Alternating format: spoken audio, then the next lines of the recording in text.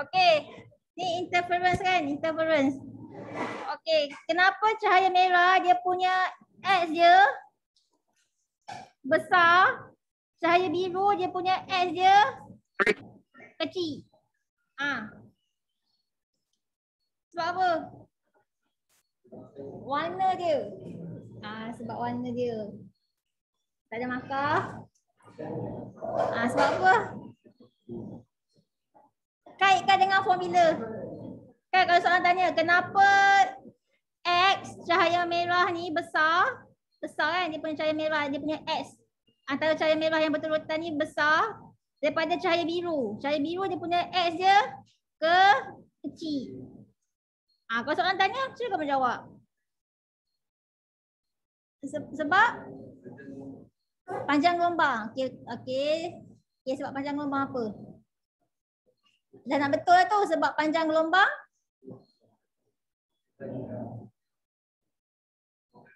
Betul lah dah kamu kena kaitkan dengan panjang gelombang. Sebab apa? Okey, kenapa cahaya merah X dia ni besar? Sebab panjang gelombang dia? Sebab panjang gelombang dia panjang. Betul lah sebab panjang gelombang dia panjang. Okey, sebab panjang gelombang dia besar. Kan tadi cikgu kata cahaya merah panjang gelombang paling besar, betul tak? Cahaya merah panjang gelombang dia paling besar paling besar. Panjang gelombang paling besar. Kalau kamu tengok formula pun panjang gelombang AX per D. Kenapa X ni besar? Sebab panjang gelombang dia besar. Sebab dia bukan dah terus kan? Ni. Sebab tu cikgu kata formula fizik dia boleh tolong kamu jawab macam-macam soalan. Kalau soalan tanya kenapa X cahaya merah ni besar, kamu tengoklah formula. Oh, X besar sebab inilah panjang gelombang dia besar. Panjang gelombang cahaya merah besar. Okey, untuk biru pula. Kenapa X dia kecil? Sebab panjang gelombang cahaya biru kecil. Okey. Memang betul kan tadi kan cikgu kata paling besar cahaya merah, panjang gelombang dia, paling kecil cahaya biru. Cahaya biru panjang gelombang dia paling kecil. Panjang gelombang paling kecil.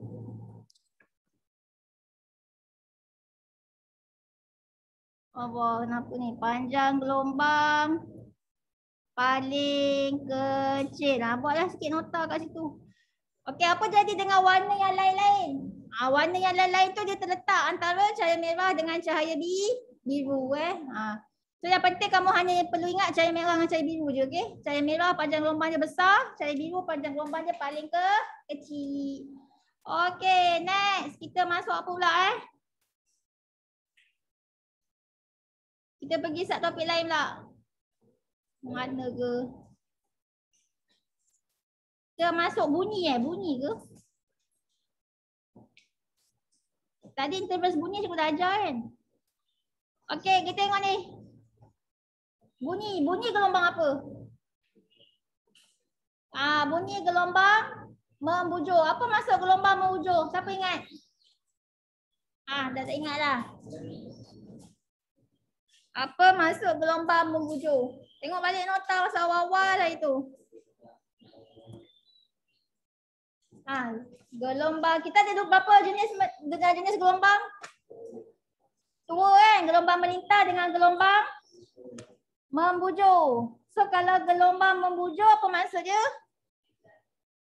Bergetar secara selari. Zarah-zarah mediumnya bergetar secara selari dengan arah perambatan gelombang.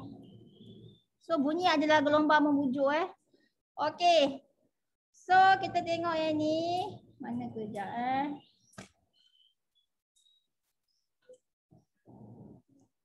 Okey, macam mana bunyi ni terhasil? Okey, kamu buatlah sikit nota. Bunyi terhasil daripada mampatan dan renggangan. Bunyi terhasil daripada mampatan dan hanya daripada mampatan dan regangan. Regangan apa yang mampat, apa yang regang kan kat sini. Ni Zara apa ni mana? Zara. Siapa yang pindahkan bunyi ni daripada hujung sini ke hujung sini? Zara apa ni? Yang mampat, yang regang je, kejap dia mampat, dia regang, mampat, dia regang. Zara apa ni? Ya, Zara udara. Okey, so bunyi terhasil daripada mampatan dan regangan udara.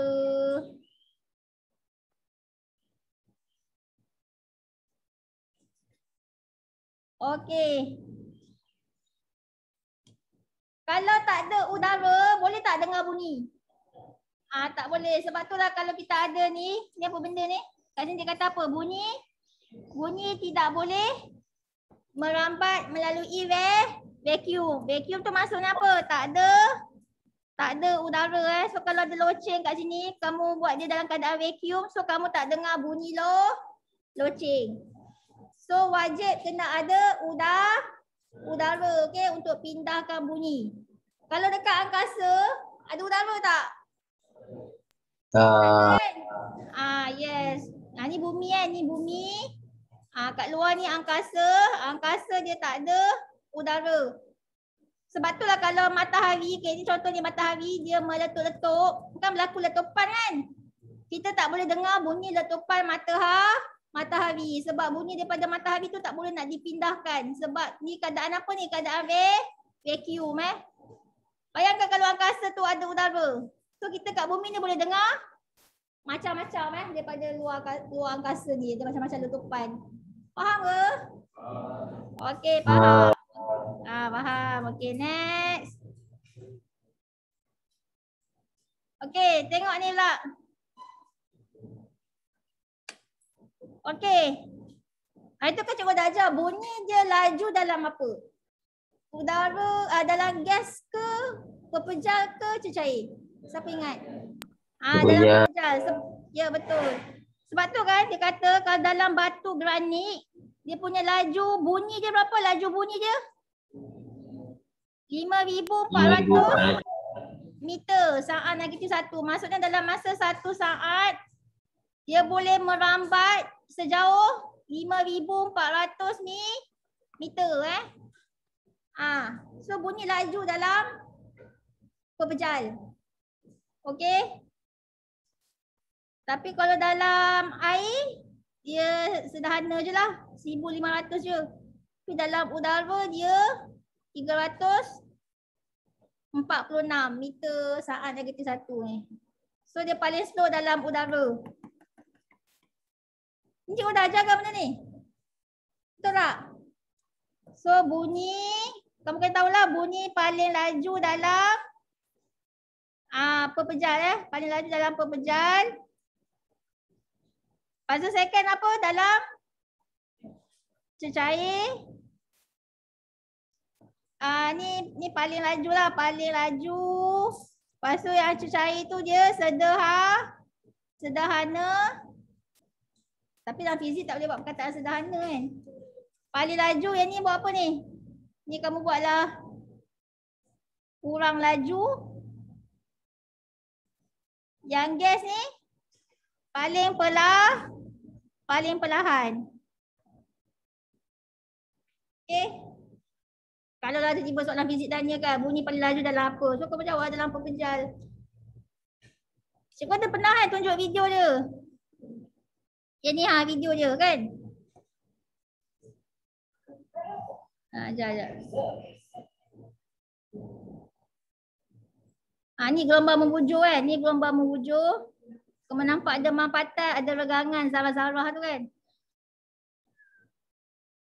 Ni bunyi bergerak dalam apa ni? Ni bunyi bergerak dalam sekejap.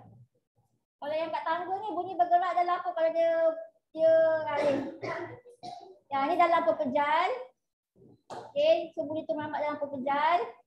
Ini bunyi merambat dalam Cair. Yang ni bunyi merambat dalam gas.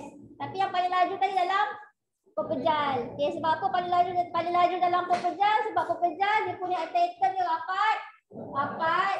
So dia punya mampatan dengan pegangan dia macam laju kan. Dia bergerak laju, bergetar laju. So dia bergetar laju. Mampatan dengan pegangan dia pun laju. So bunyi tu pun dipindahkanlah laju. Tapi kalau cecair sederhana je. Kan sebab zarah-zarah cecair kan dia macam itulah dia punya mampatan pegangan dia sederhana je. Tapi gas lagi perlahan tu lah. Kalau pepejal dia laju. Faham ke ni? Faham. Okey, so kalau soalan tanya kenapa laju dalam pepejal, kamu jawablah sebab atom dia rapat. Mana ke tadi? Ini gas saja tak? Ni. Sebab atom dia rapat-rapat, so dia bergetarlah laju, okey? Atom dia rapat-rapat, dia bergetar laju, so dia boleh pindahkan bunyi dengan laju. Okey, dia rapat-rapat, bergetar laju, dia boleh pindahkan bunyi dengan laju, mampatan dan regangan dia pun laju juga. Semuanya laju. Boleh? Okey.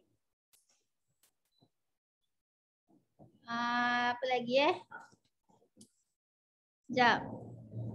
Korang salin lah, korang salin kertas mana ni? Ni sebab atom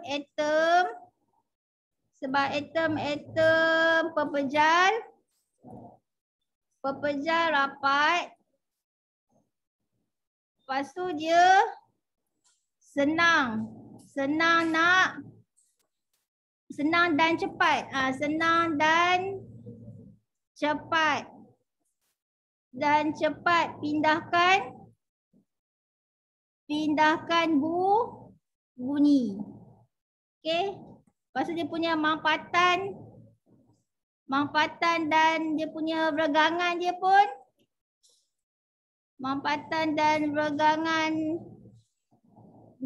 laju. Okey, mampatan dan regangan laju. Faham tak maksud dia? Okey. Sebab atom pepejal rapat, senang dan cepat pindahkan bunyi, mampatan dan regangan dia laju. Okey, lagi satu, bunyi juga laju dalam suhu apa? Tinggi ke rendah? Bunyi laju dalam suhu tinggi ke suhu rendah? Itu kan kita belajar siang malam. Ya, siang malam. Fenomena apa tu?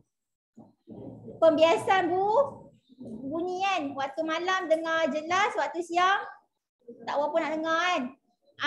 Kan waktu siang tak berapa nak dengar sebab apa? Sebab udara yang berdekatan dengan bumi ni panas. Bila panas udara bunyi bergeraklah laju. Bila laju boleh terbias menjauhi bumi. Sebab tu kita tak berapa nak dengar kan. Dia terbias menjauhi permukaan bumi. So kita tak berapa nak dengar waktu siang. So kat situ kamu tahulah bunyi laju dalam suhu yang tinggi. Okay. Tak pun bunyi laju dalam, tak pun kamu buat ayat ni lah. Semakin tinggi suhu medium,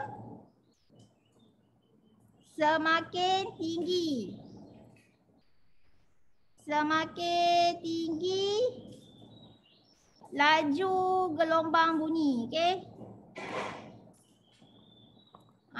Itulah yang udara panas tu bunyi laju. So semakin tinggi suhu medium, semakin tinggi laju gelombang bunyi. Okey, bunyi pula. Bunyi kita ada terbahagi kepada dua. Kenyaringan, kelangsingan. Saya nak eja kelangsingan sekejap Bunyi ada dua jenis sama ada dia nak nyaring, kenyaringan ataupun dia langsing, langsingan. Apa beza kenyaringan dengan kelangsingan? Okey. Kenyaringan dia bergantung kepada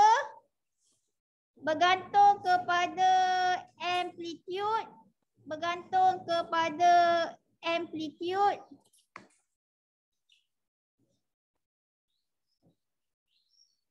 Kelasingan pula dia bergantung kepada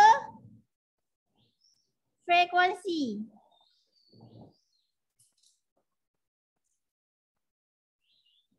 Boleh? Okey, kenyaringan tu kalau mana-mana cikgu yang bercakap suara dia kuat, itu namanya nyaring. Kenapa dia nyaring dia tinggi? Bila dia bercakap, dia punya gelombang, dia punya amplitude dia tinggi. Amplitude gelombang tinggi. Macam ni kan, amplitude dia tinggi. Tinggi. Faham tak? Kalau kamu tengok cikgu tu bercakap perlahan, maksudnya suara dia tak nyaring. Maksudnya apa? Amplitude dia apa? Amplitude dia rendah. Kebanyakan cikgu Kak Zamir, dia punya kenyaringan dia tinggi. Okey, kalau kelasingan ni bergantung kepada frekuensi. Kalau frekuensi dia tinggi, kelasingan dia tinggi. Macam mana bunyi langsing, kelasingan tinggi? Okey, contoh bunyi kelasingan kan, bunyi tu dia kuat tapi dia sakit telinga. Bunyi apa dia kuat lepas tu sakit telinga? Macam bunyi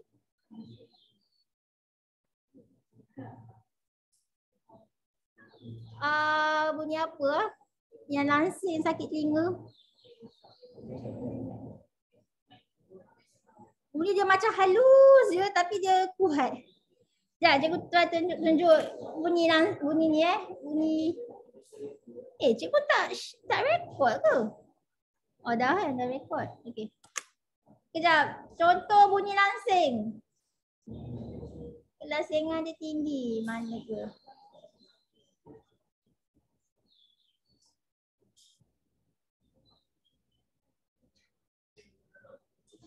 Ni kita tengok kat YouTube lah. Cikgu tapi tak ada loudspeaker pula. Macam mana korang nak dengar?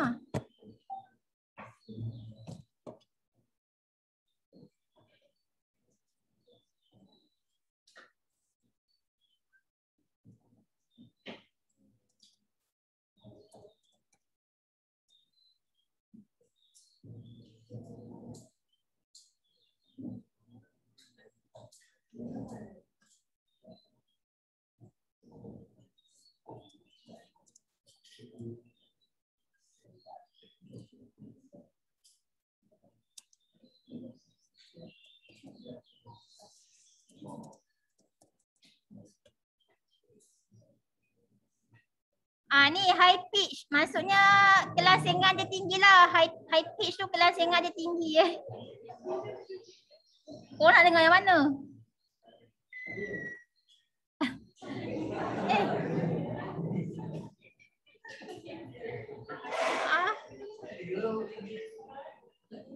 Korang dengar ke tadi? Cikgu Oh.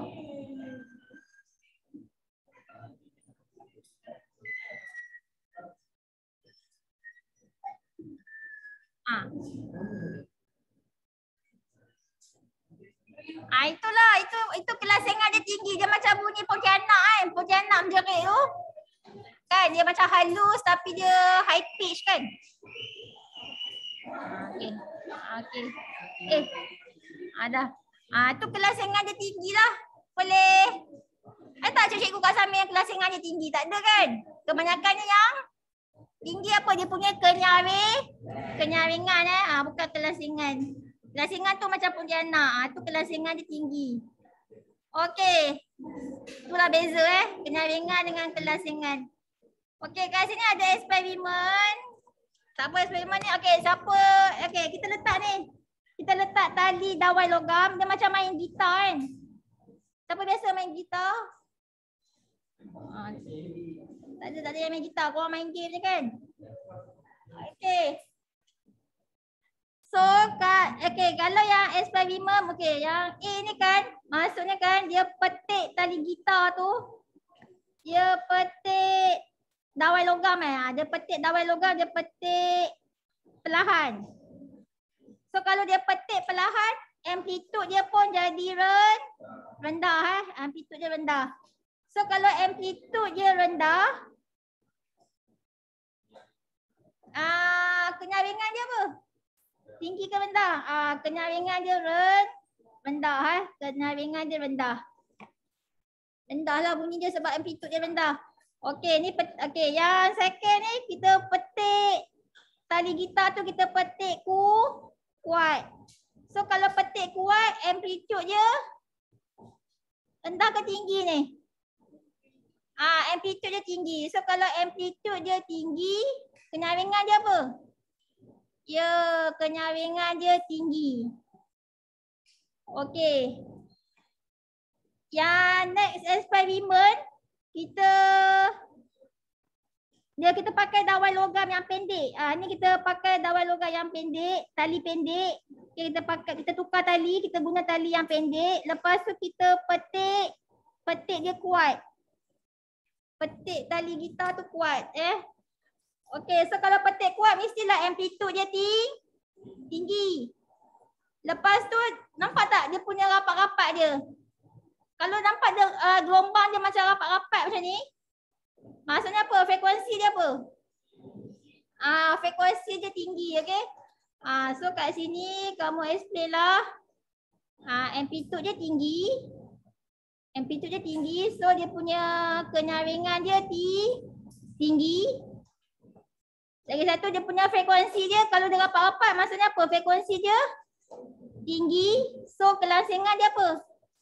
Kelangsingan bunyi dia tinggi. Okey. So nak buat macam ni kena make sure tali tu pendek lah. Okey. Tahukah apa maksud frekuensi? Frekuensi tu bilangan gelombang yang dihasilkan dalam masa 1 saat. So bayangkan kalau ni daripada hujung ni ke hujung sini 1 saat kan. So banyak gelombang yang terhasil, sebab tu dia rapat-rapat.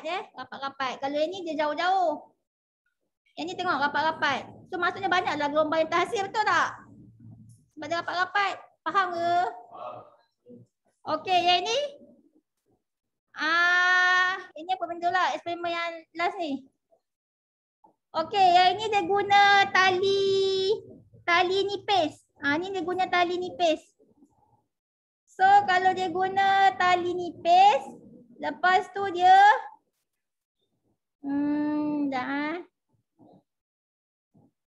dia samalah. Okey, tali nipis lepas tu dia petik kuat. So samalah amplitude dia apa? Amplitude dia tinggi rendah. Kalau petik kuat, amplitude dia tinggi, so kenyaringan dia tinggi. Lepas tu frekuensi dia macam mana? Frekuensi dia pun tinggi sebab dia rapat-rapat kan. Jadi dia punya kelangsingan bunyi dia tinggi. Okay, kelangsingan bunyi dia tinggi. Itulah cara nak baca gelombang. Boleh? Okey. Okey, so kita ada alat ni. Alat ni bunyi. Siapa biasa main piano? Oh, Asyik main piano Asyik nampak main piano.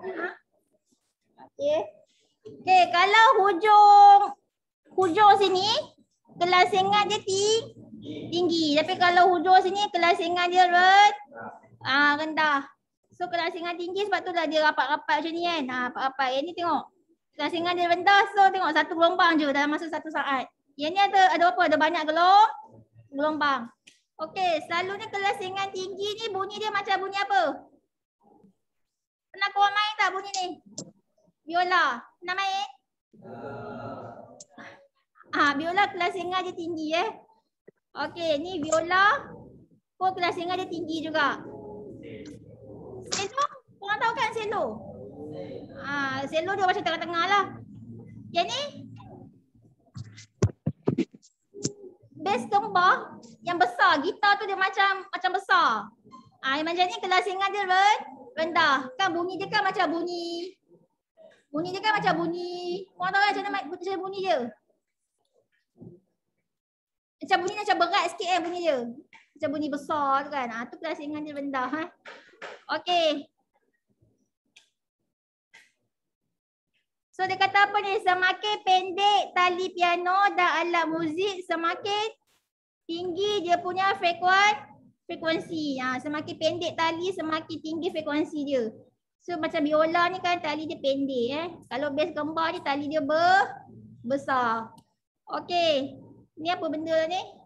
Inilah. Jadi apa benda nak cakap ni? Okey, kalau cikgu nak tanya. Terangkan dia punya kelangsingan bunyi. Terangkan dia punya kelangsingan bunyi. Antara tala bunyi piano dengan gitar. Terangkan dia punya kelangsingan bunyi. So korang nak jawab apa? Kelangsingan kita tengok apa dia punya? Frekuensi. Berapa bilangan gelombang yang terhasil dalam masa 1 saat. Bayangkan hujung ni ke hujung ni 1 saat. So berapa gelombang 1, 2, 3. Ada 3 gelombang. Kalau macam ni 1, 2, 3. 3 gelombang. Kalau macam ni 1,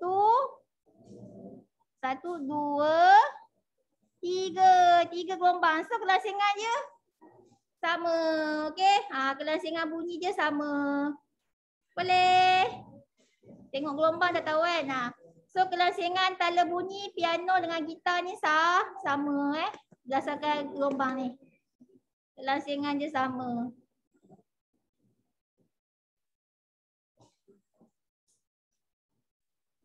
Kelangsingan bunyi dia sama dari segi amplitude. Sama tak amplitude dia? Kalau daripada gelombang ni. Ada tak yang tinggi rendah, tak ada kan? Semuanya sama kan? So amplitude dia pun sama juga Jadi kalau amplitude sama, kenyaringan dia apa?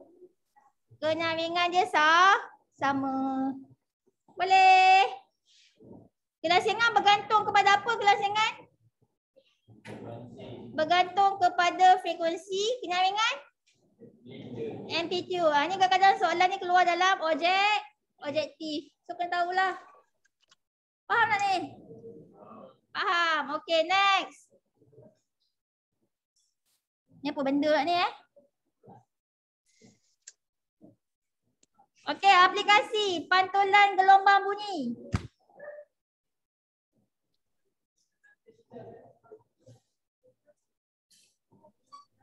Sekejap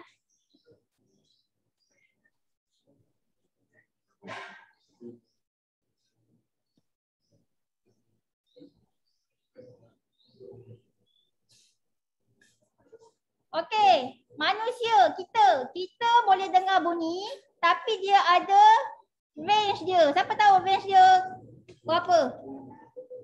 Range dia kan antara 20 Hz ke 20 kilohertz.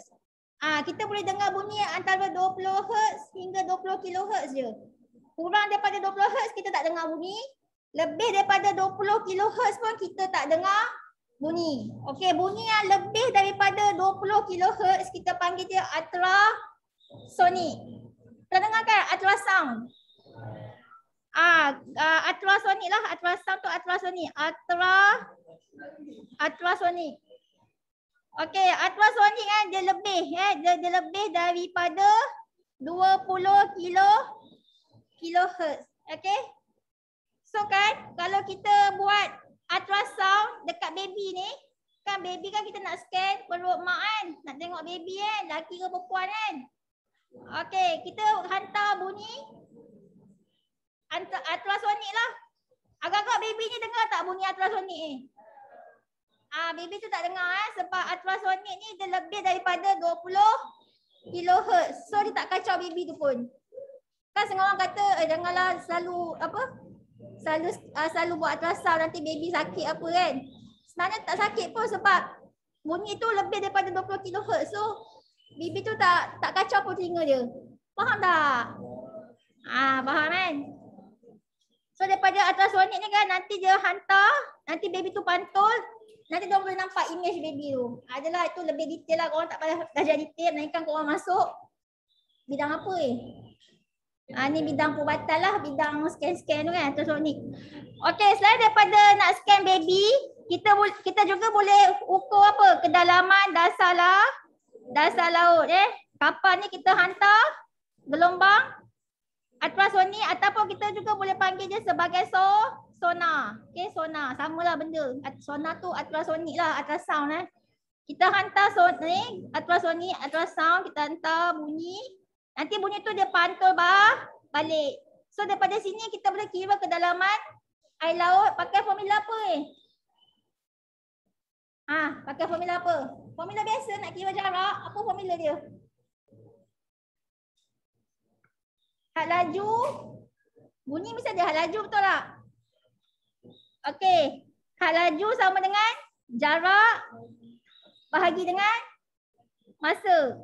Tapi disebabkan jarak dia kita pergi dan kan dia pergi, lepas tu dia pantul balik kan. So berapa kali jarak ni? 2. So formula dia macam ni. 2S. 2S per T.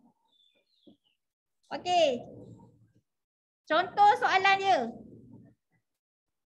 Sebuah kapal menggunakan suatu sonar untuk mengesan dasar laut. Didapati bahawa selang masa antara pemancaran isyarat ultrasonik dan penerimaan gema ialah 0.04 saat. Masa dia hantar dan balik, dia ambil masa sebanyak 0.04 saat.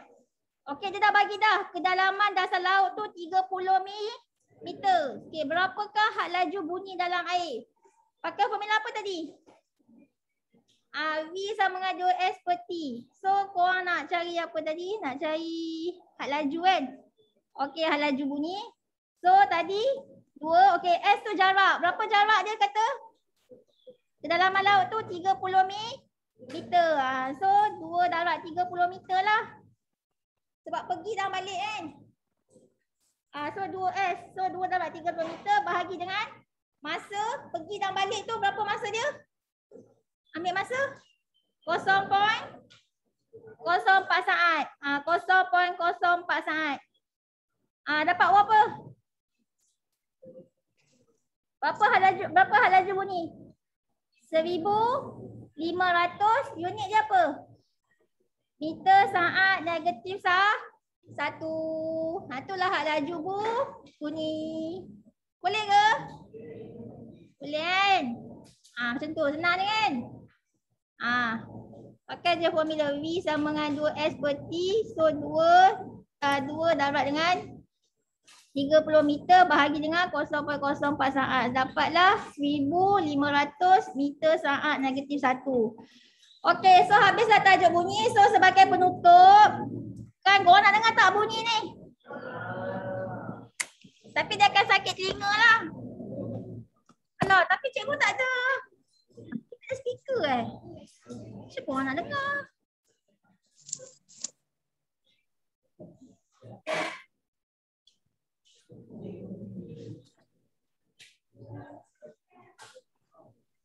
I'll be there for you.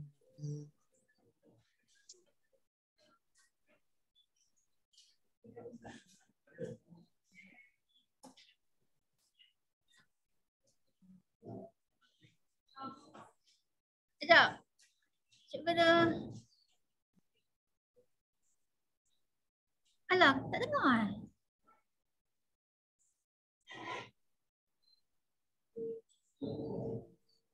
Oh, sebab keluar kat projektor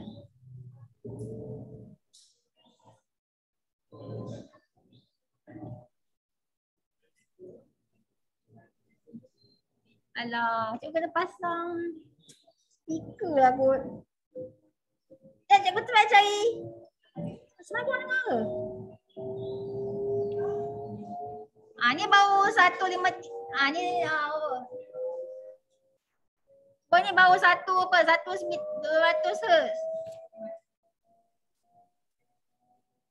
Korang tunggulah sampai 20 kHz. 20 kHz tu maksudnya 20,000 Hz kan?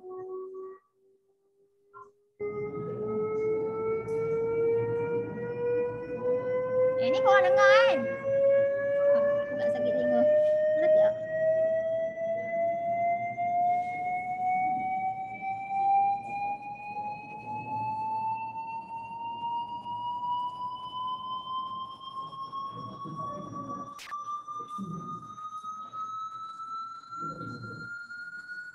Okay, tunggu sampai 20,000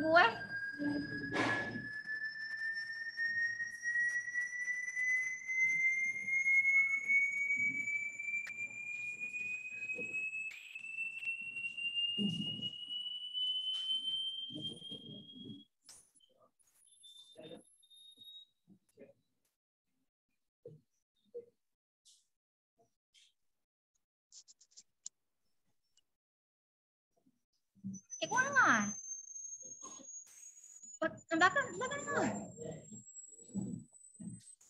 Tunggu sampai 20,000. Ni baru apa? Ni baru 10,000. Tunggu sampai 20,000. Nanti dah sampai 20,000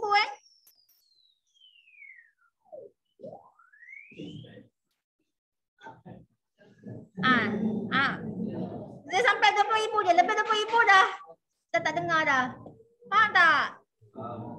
So dah jadi apa? Lebih 20,000 Hz. Maksudnya dah jadi apa? Dah jadi ultrasonic. Okey? Boleh? Okey dah. Tu saja kelas. Yang kat rumah faham ke kat rumah?